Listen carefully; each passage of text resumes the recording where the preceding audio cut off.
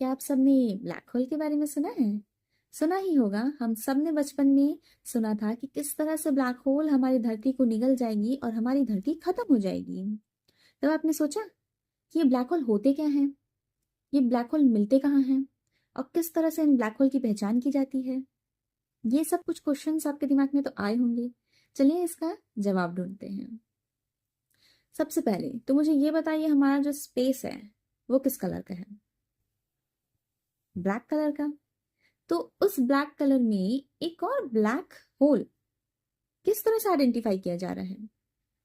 आप ही सोचिए कि एक ब्लैक चीज के ऊपर दूसरी ब्लैक चीज किस तरह से पता डिफरेंशिएट किया जाएगा कि कौन सा ब्लैक होल है, कौन सा स्पेस है।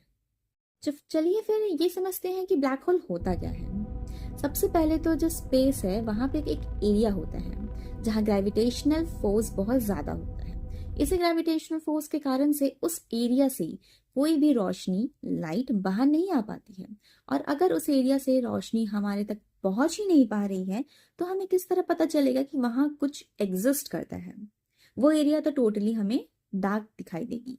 इसी कारण से हम उस एरिया को ब्लैक होल कहते हैं। तो अब क्वेश्चन ये आता है कि हमारी धरती क्यों खत्म हो जाएगी? जैसे कि मैंने बताया कि उस एरिया में जो है ग्रेविटेशनल फोर्स इतना ज्यादा है कि वहां पे जो भी चीज उसके आसपास आएगी वो ब्लैक होल उसको अपने अंदर समा लेगी।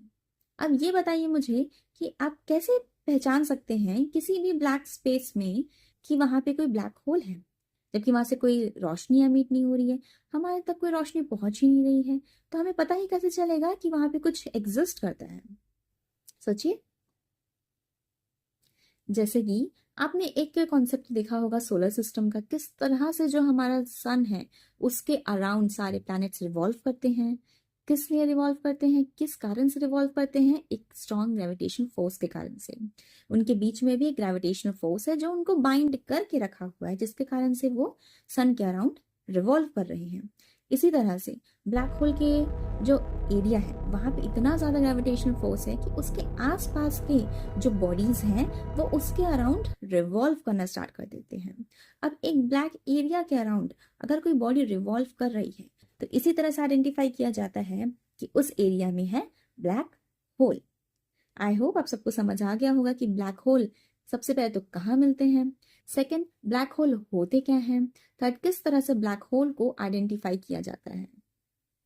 Thank you.